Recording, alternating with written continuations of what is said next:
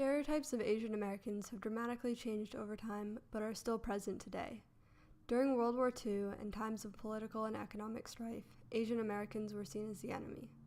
People who considered themselves to be real Americans feared that Asian Americans would take their opportunities away. During times of peace, Asian Americans were and continue to be seen as peaceful, hardworking, intelligent, and good citizens.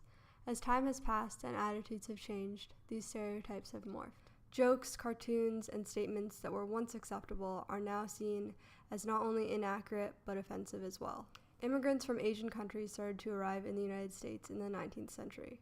Many Chinese people immigrated to the U.S. to work on railroads in California. The railroad companies encouraged them to come because they worked for less money than white individuals.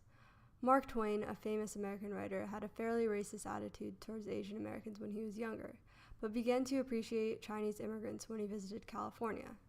In Roughing It, when describing the Chinese, he said, "They are almost entirely harmless anyhow, for they seldom think of resenting the vilest insults or the cruelest injuries." He also stated that they are as industrious as the day is long. A disorderly Chinaman is rare, and a lazy one does not exist. Even though he was still using terms that would be seen as offensive today, he recognized their hard work and believed that they should be allowed to immigrate to the U.S.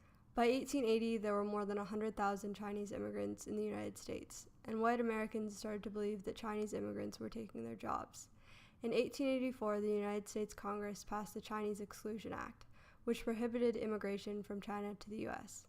Attitudes towards Asian Americans continue to be negative, and Asian immigrants face legal discrimination and hate from white Americans. In an article published in 1948, Arthur Kaler of the San Francisco News wrote that just as some governors have been swearing to high heaven that no Japanese shall come into their states, gosh, so certain San Franciscans begun voicing the slogan that the Japanese shall never come back. During the